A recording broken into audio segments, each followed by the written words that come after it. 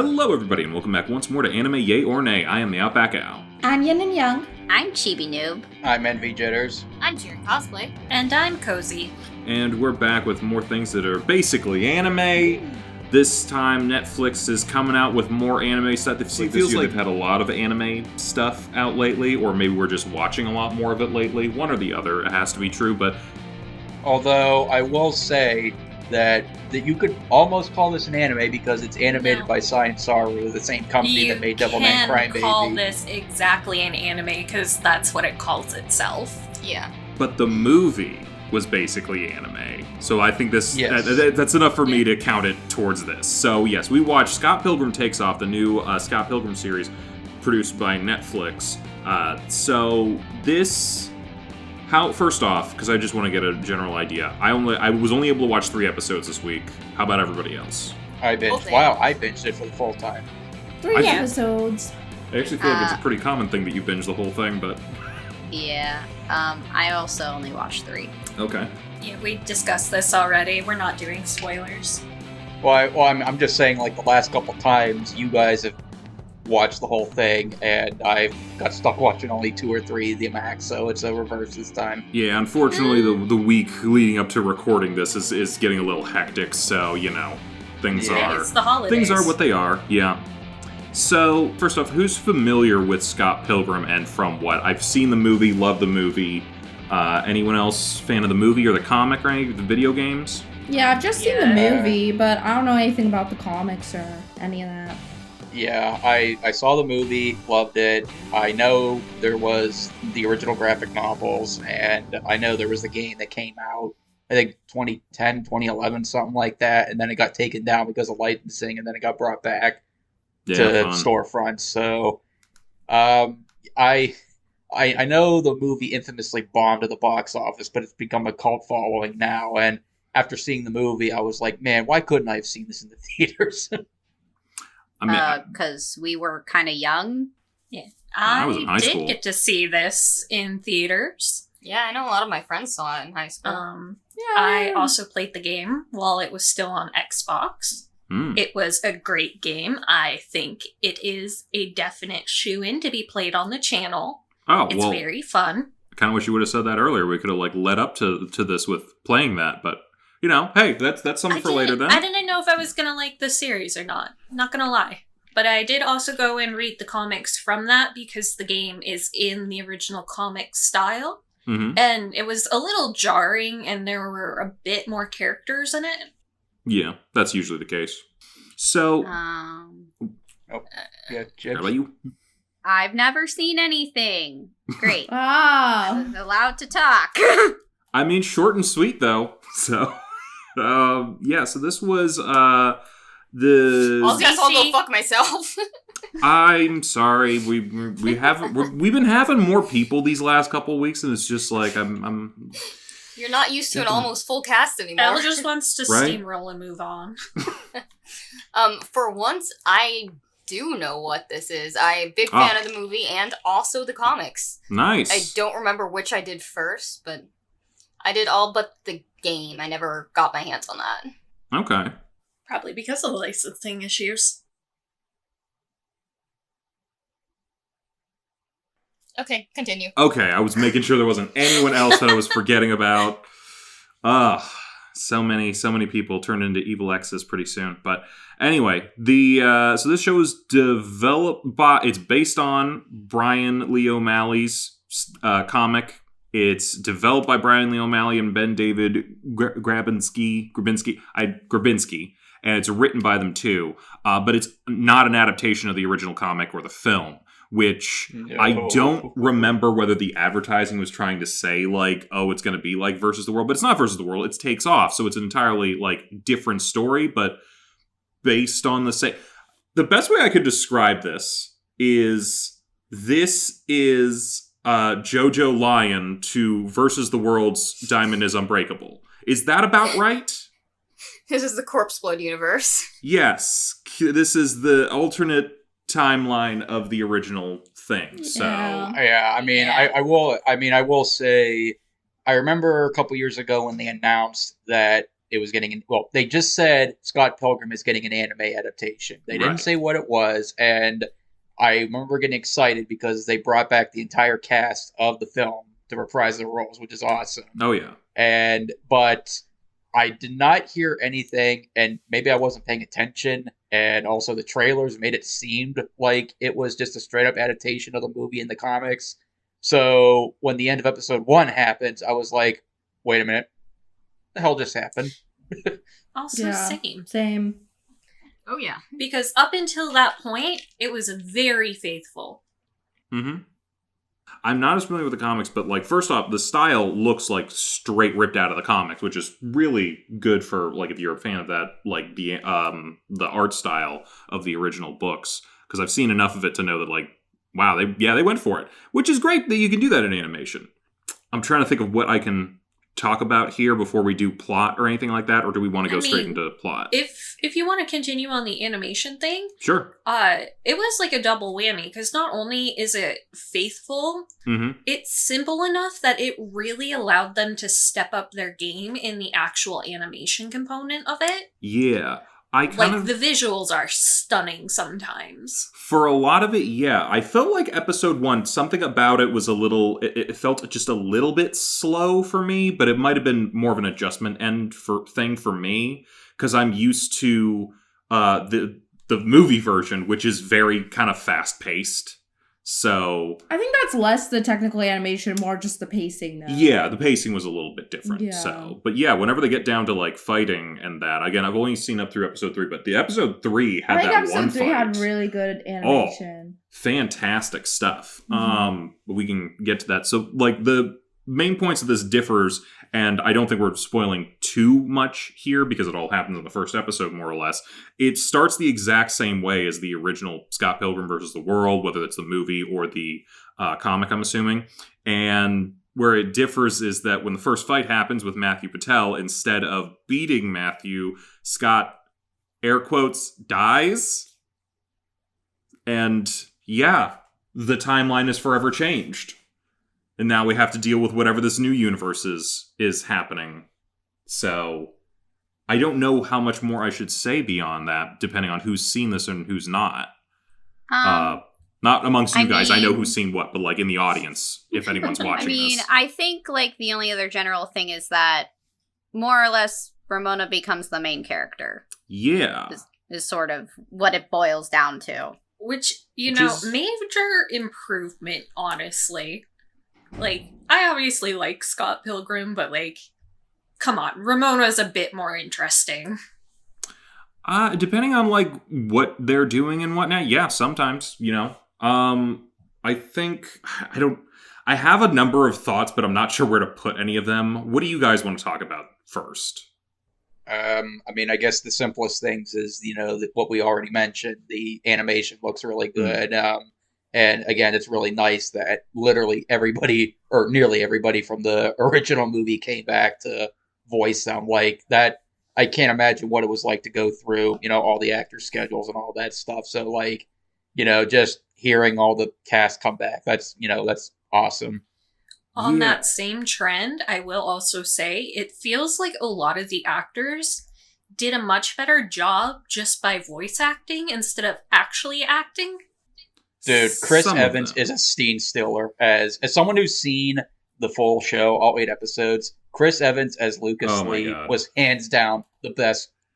At least as far as him having the time. Like, Brandon Routh was great also as Todd Ingram, but like Lucas Lee was easily my favorite character in these 8 episodes. He's incredibly muscle brain stupid, but in a good way. I mean, nothing for nothing. Whatever. I think he was the funniest X in the movie, so I mean... Well, Makes I'm sense. just like... Go for it. Like, Michael Cera felt so much more awkward in the movie, whereas in the show, he feels like an actual faithful adaptation of Scott Pilgrim, because Scott was never really, like, your super awkward, like... Michael Cera awkward. I don't know how else to describe that. That's honestly the perfect way to describe it. He was just Michael Cera in the movie. I felt like he was actually playing a character in the TV show. I think that might just be like Michael Cera is probably known, and granted, I haven't seen the movie, but Michael Cera is known for a certain brand of like awkward high school boy. So I feel like they were kind of leaning in that direction, probably a little bit with the movie, since his face is so recognizable. I mean, whereas with the cartoon, that's a little bit different of a way to spin with it. I guess. I think... And Kozi said, oh, he's doing much better as a voice actor. And I think my exact words were, it's because the awkwardness of his corporeal form isn't getting in the way. I think He just is an awkward person. Yeah, and I think to some degree, and maybe this is just like me thinking about like how they were probably trying to market the movie in that, it probably worked better in the movie's favor for a general audience. I know it bombed at the box office, but it has since like kind of become a cult classic, more or less. I think that Michael Cera's kind of awkwardness kind of helped to shave off some of the less nice parts of Scott's character to make it a little more tolerable for some people, because Scott's kind of a scumbag a little bit. Dick, I mean, I mean, the movie kind of goes out of its way, from what I remembered of, and pretty much like through the characters, pretty much saying, yeah, Scott has no life. He's literally living with his gay best friend group, but not even best friend. But like he's basically living. He's a bum, and he's a 23-year-old dating a 17-year-old. And they explicitly both in the show and the movie go out of his way to say, yeah, that's creepy. But I think the show, at least for that first episode, kind of showed like he's a bit of an asshole. Versus the movie was more along the lines of like, he's so pathetic and like sympathetic in a way. That's really the thing, is like in the comics and the game, it was all really focused on Scott actually fighting. Yeah. And there was not really much of that in the movie. I mean, it was a good portion of it, but they don't have the backstory a little bit with like some of the things that he does, because I do know that there is. I wasn't sure if it was a prequel to the comic or something where he's like fighting to get with Kim Pine, not Pines. But yeah, he has like a whole history that they at least mention in this one. Mm-hmm. I think there's a bunch. Apparently, from what I read, on Wikipedia, there was extra stories from the graphic novel that were comics that were cut for the movie, which makes sense. Yeah. You're trying to adapt a 6 to 8 volume story into an hour and a half movie, and they focused on the main defeating the evil X's to get the Ramona thing. So I would be interested one day in going back and reading the comics just to get the full sense of the story. I mean, they even cut a lot for this show. Like every character kind of has like their own thing, because they're all available as like characters you can unlock and play as. Like Audrey Plaza's character, what's her name? Julie Powers. Yeah. Julie has like telekinetic powers that she unlocks. She's a metahuman. Oh yeah, everyone has something. Like, and I'm kind of hoping to see, because I did look and see a couple of not necessarily like spoiler type things. I was trying to hold myself off from that, but I was kind of seeing there's a few little bits about future stuff. Like I know Roxy is half alien, half ninja. Yeah. I don't know how ninja is an ethnicity, but I'll go with it. That's fun. And she at least seems to be having, so far in this series, a little more than what she got in the movie as far as characterization and stuff goes. Because like episode 3 was really good with her. Well, one thing I will say, like, I'm a little like it took me a while to get used to the alternate reality, alternate story kind of thing. But one thing I will say, without spoiling anything, I will say, as someone who watched all 8 episodes, this show did a really good job of giving, I don't want to say personality, but giving more fleshed out backstory and motivations, and it explores the relationship that Ramona had with each one of the exes and how she left each one of them and why they felt a bitterment. So it kind of resolves every single lingering thing that the exes and Ramona had with each other. Well, and I did like that. Well, I mean, yeah, they have more time, so that's definitely something that they can now do. So it's a lot easier to flesh out. It's a lot easier to do character work in a TV show than it is to do it in a movie. Well, I'll say, yeah, that's definitely true. But even beyond that, and people who read the comic can correct me on this, the movie didn't have her resolving anything with anyone. No, It was she just Scott fought fucking, them, and that was it. So I feel like there's a little more nuance to this in terms of like Ramona and the exes gaining closure and like her taking responsibility instead of just like Scott fighting people to win the girl kind of thing. Yeah. So I think it kind of like gives her more layers and makes it so that it's not just, oh, she's saved by the dude who's trying to win her over. I will say, like, in the comics, they didn't really go into as much, like, Ramona's, like, relationships with them. It was really always just, hey, something went wrong in the relationship, and Ramona broke up with them. So some of the stories here feel like just a little altered, or really they just paint Ramona as an asshole. Whereas some... It comes up more at the end. Yeah, just wait. All right. Like, literally the next episode. But, like, in like episode 3, for example, that we all watched, like, how she resolved her issue with Roxy. Like, that's the type of thing that I liked about the show, how they gave closure to each one of their relationships. Yeah, and like, I'm okay with her being a little bit of an asshole, because like, she was a little, I like Ramona a lot, but she was a little too perfect in the movie. She's very manic pixie dream girl. Oh yeah. And like, I'm not always crazy about that trope, so I feel like she just got a lot more in this series, where it's like, okay, she made mistakes and now she's reflecting on them, you know? And it's acknowledged. Yeah. The only note I would give is she's not very manic. I'd say low-key pixie dream girl. Low-key pixie dream girl. I don't know. She's a pixie dream girl. Yeah, she definitely, She's a depressed pixie dream girl.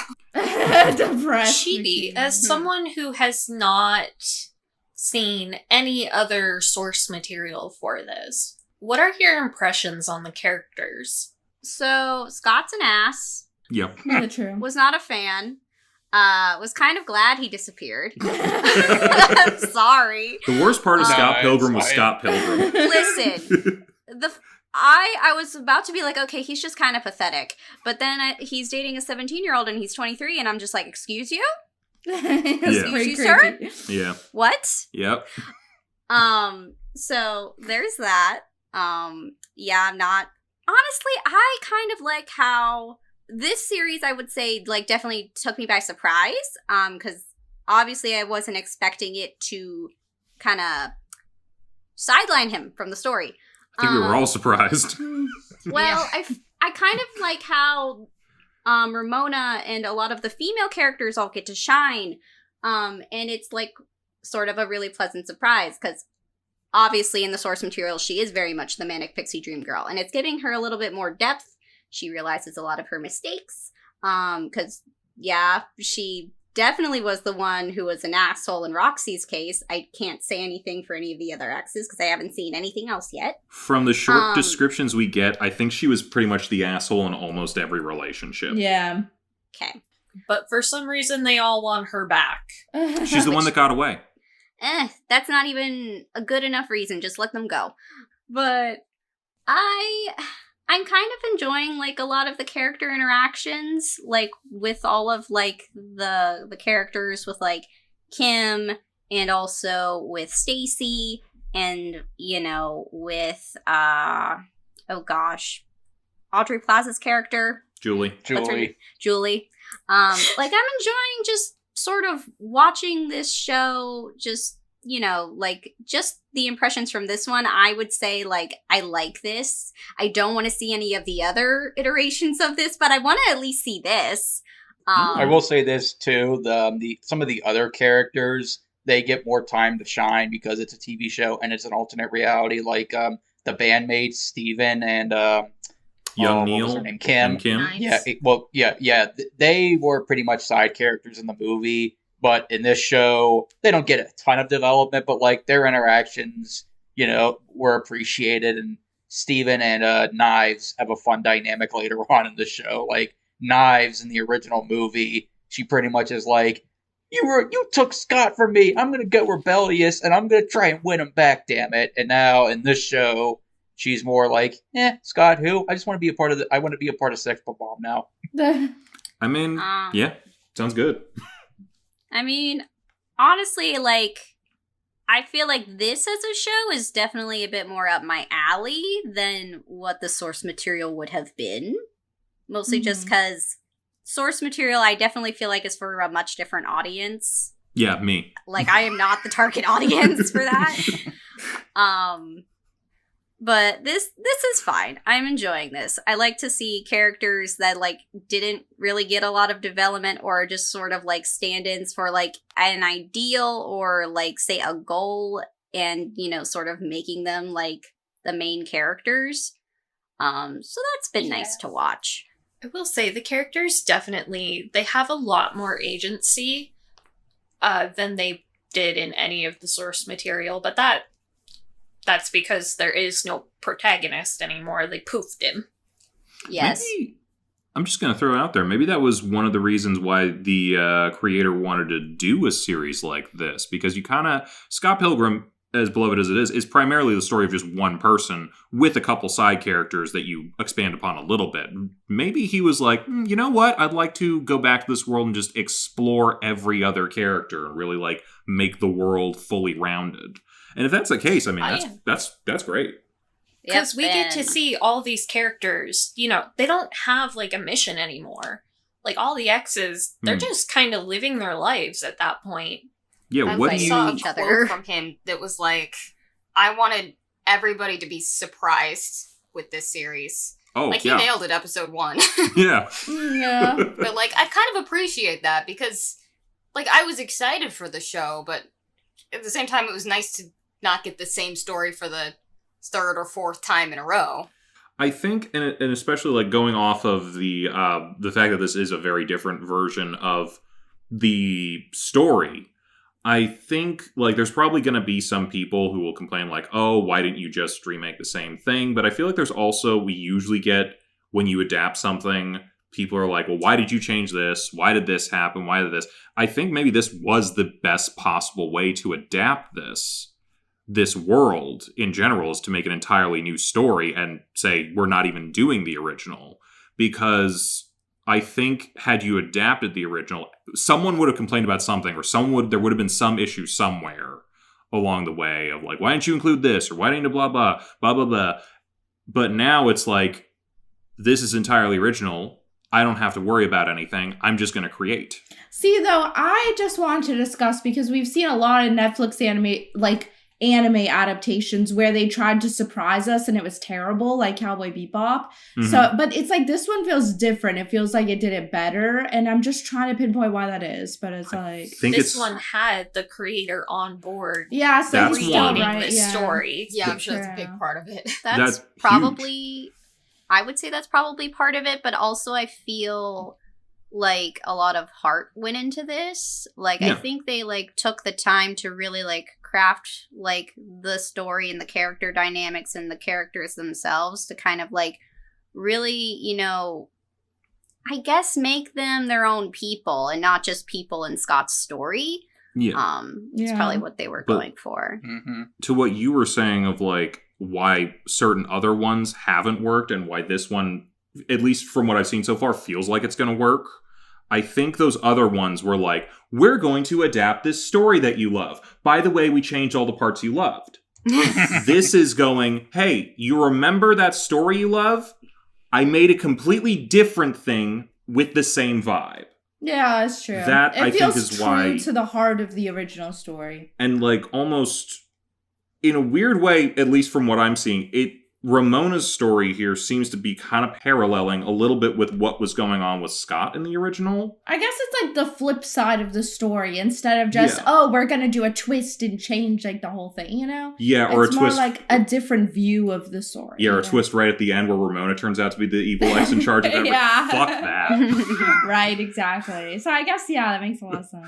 No, but... I will say, I think I called the ultimate plot twist in this as a joke. Oh, well, now I'm looking forward. Oh, boy. We're going to have to watch this tonight. But what I kind of mean, like, and just going into character stuff, and again, I've only seen a portion of this. I'm really hoping this might be where it's going, but, like, I'm feeling like in the first story, in the Versus the World, you had Scott like, yes, it's a story about winning your love and doing this and that for the girl, but like ultimately the story is about learning to actually respect yourself and take like agency, not agency, like go after what you want kind of no thing. It's about self-respect and self-accountability, because Scott's ultimate problem, at least from the movie, it felt like, was that he kind of ran away from his problems in a lot of ways. Like, one of the big things is this thing with envy and how that's kind of shaped a lot of things in his life. And, like, it's kind of shaped a number of his actions. But he also had a part in that, despite what he... very movie specific. Okay, then, yeah, well, that's really the only comparison I can make right now, because I really love the movie. Yeah. But his character was different in the movie. He was Scott, different. So. But it is sort of, it kind of felt like, because by the end of the movie, I will spoil this, he goes around the first time and he gets the power of love, but then he gets the power of self-respect, and it's like self-accountability, self-respect, actually accountability for your actions and what you did, and he like realizes the wrong things he did. He's not a great person by the end of the movie, I'm going to say that, but he's on his way to being a better person. And I feel like at this point, Ramona's kind of on that same journey of taking accountability for her part in things that she did to other people and growing to be a better person. So to answer your question, Al, without spoilers, yes, they do address that with Ramona and Scott. I'm looking forward to this. This is because it's in a way that's sort of the same story, but also a very different way of telling that story, and I like that. How different was that from the comics, though? Yeah, I will say this: as someone who saw the full show, there are bits and pieces that I thought were a little too weird, given, despite, this world being presented, outlandish, like the original stuff. There was some stuff I thought was not as funny as it could have been throughout, but overall, I did like the way it ended, and I did ultimately... at first, I wasn't sure how to feel about it after I binged it this past weekend, but after finishing it and giving some time to marinate, I do understand the choice to make it an alternate story and to make it its own, and I do respect the show more and more the more I think about it. I think a huge part of the, change was also this kind of reflected, we probably all saw this when we were younger, with the exception of Chibi. But, this has grown with us. It goes out of its way to be like, hey, Scott dating a high schooler. What the fuck? Ramona, being an asshole to her exes. What the fuck? A lot of the really harmful tropes that were kind of employed in the original series, they went out of their way to acknowledge them, why they're harmful, and what the more appropriate action would be. Yeah. Maybe this is the adaptation we really needed.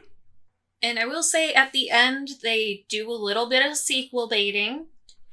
So, I think if the numbers are really good, which it's looking like they are, we're definitely going to get more. But I also feel like this opens up the door for, hey, if we want an adaptation of the original story in this animated style, they can do that because they have the numbers proving people will watch it. Yeah, that's true. But what if we want a spin-off? They have so many avenues open at the end of this. Yeah. Especially if you're... they could literally go anywhere. Especially if Any you're of the characters. taking, the time to, flesh out every individual character and, presumably, I think, correct me if I'm wrong, in universe, people don't die when they're killed in battle. They, poof and, go back to, their hometown or something, right? Sometimes they'll respawn, but that's only if they have extra lives. Okay. If you are killed without your extra life, you are dead for good. I see. Okay. Well, it still opens up the possibility of having, a show for almost any of these characters, if that's the case. I don't know what's going to happen. Don't tell me what's going to happen. But I dream of a series where it's just Lucas Lee in Hollywood. Yeah, I mean, That could be they fun. do acknowledge, a multiverse thing. So, of course they would. also... they have the ability to go in like an infinite number of directions with a multiverse. I mean, technically speaking, this... I don't know if I'd call it multiverse. I mean, the fact that this exists expresses a separate timeline, which means multiverse. So, I mean, sure. Kind of, but kind of not. No, I'm not choosing to believe what happened in episode 7 is like the canon of the actual precursor series. Okay. I appreciate you being so vague with your wording. Okay. I was trying. You're trying. I appreciate that. I can feel you trying. So, what else do we want to talk about here? Was there? There is one thing I do have to mention with this show.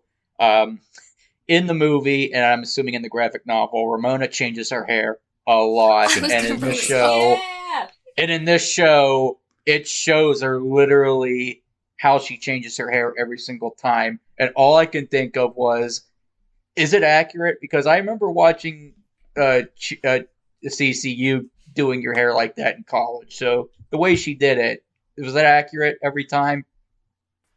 Yeah. I also change my hair like 3 times a year, and she was doing it like once a week. Yeah. Oh, I think it was like every 2 days. I think it was every morning. Episode. I feel like it was every morning. I'm like, is that possible? Or you just it's gotta be fried. I feel like she's just gonna go bald. Okay. It's gonna fall. In episode 4, like she has the same hair color for the entire duration of episode 4.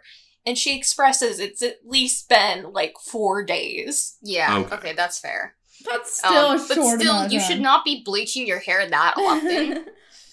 And she does bleach her hair, you see it. Like, it would be much better for her to do a, like, temporary dye. Yeah, I was gonna say. Washout one. Yeah, Every time like, it popped up, an I'm like, overtone. you go, girl, mental breakdown. But I do love that we get to, like, see the process every time. You see, like, the color going down the drain, and then, like, the new color staining the towel before the reveal. It's cute. She probably doesn't have a clean set of, like, an unstained set of towels her entire life. No. No, those don't exist if you dye your hair. Well, if she keeps dyeing her hair at this rate, she'll have to invest in wigs, and then you could have unlimited number of colors. I'm trying to think. What was everybody's favorite character for this series specifically? Wallace? Wallace was kind of great, like even Yeah, the original. They gave him back his character, and I was so happy. I feel like, and I think this kind of goes a little bit also to the cast that they just had from that movie and here. What a perfect fucking cast that you just managed to get every single person to just went on to do something else that was amazing as well. Like, it's just one of those weird, like, microcosms of just all the best people. But I feel like he's in a show called Succession that I think just, like, ended or something. I think I gotta watch that, because he's like one of the main characters, and he seems to have the exact same energy as Wallace. Kieran Culkin. That's Macaulay Culkin's younger brother, I think. They really, I can see their resemblance. in the movie, they nerfed Wallace being a sassy gay man. I'm sure. Do we need the rated R cut of Scott Pilgrim? I've thrown the idea out there. Are you rated interested? R episode 5? Oh boy! Exactly. Oh. Oh boy, we got a treat coming. If you know, you know. I don't know. I'm talking. You will know. I'm talking to Kozi. Although, ironically enough, and this is probably for, artistic effect, every time Julie swears, they do a cartoon bleep over her. Well, they did that in the movie, They did too. that in the comics. I think that's how they got the PG-13 rating. It's like, how are you doing that with your mouth? Mind how I'm doing it. I will also just say, like, as a general warning, this is kind of spoiler, but it's more... if you wanted more on the twins, they really don't get anything. I think they're the only two where they just got kind of fucked. Like, they were fucked in the original material, they're fucked in this one, too. I mean, they're a pair of hot twins. I'm pretty sure that was all Ramona was thinking when she got together with them. It was not. Really? Okay. Done dirty. Maybe they're the spinoff. Ironic that their robot invention got more character development than the I know. Goodness gracious. So just a thing, not like this is important, but at Scott's funeral, did anyone else feel like Envy was ripping off Doltra's wardrobe? Yes, that's the point. A little bit. Who is that? Doltra from Castlevania Nocturne. I don't think that was her name. I did not get Drolta. I did not. Yeah. I did not put that together. To be honest. It looks similar. Okay. But like, everything they do is kind of like a riff on something else. Yeah, I know. It's like it's very reference heavy. Like because I've seen up to episode 3. You haven't even seen half the references. They're all in episode 4. Yeah. What about episode 3 with all the movies they go into? I love that. True. There were a lot of movies. Wait till you get to episode 5. There's a let's just say there's a not so subtle reference to a director that got a good laugh out of me. Oh, I bet. Oh, are you talking about Pleakley? Yeah. Yeah. Say nothing else. It's just the voice actor for Pleakley. Oh. He was in there. Okay. Did you guys catch all the guest stars? Have you seen any of the guest stars yet? Well, I know Cal Penn was Patel's lawyer, and I think Finn Wolfhard was young Scott. Yeah. Off the top of my head. One guest star is a major spoiler for episode 7 and 8, so I won't say that, but Weird Al is in episode 5. Oh, yeah. Fun stuff. Also, what are the names? Nick Frost and Sean Penn? Simon Pegg. The That Guys. Simon Pegg, yeah, them two. They're not that guys. They're Edgar Wright's buddies. No. They made cameos. I was sitting here like, why are they British? And then the credits rolled. I'm like, oh, that's why. Yeah, I mean, Edgar Wright was still involved in making this, and he's always going to put them in something. I'm trying to think. I need to rewatch the movie again, just cause. For funsies. The video game podcast I listened to this week, they were talking about NBA Jam. And if I hadn't just listened to that, I wouldn't have known that during the Matthew Patel? Yeah. One of his fights. Yeah, the thing with Gideon in episode 2. Okay, I couldn't remember how far in that was. Well, they go on a basketball court, He knocked him through the hoop, and he was like, "You're on fire!" Yeah. I wouldn't have known that was specifically an NBA Jam thing if I hadn't just listened to that episode.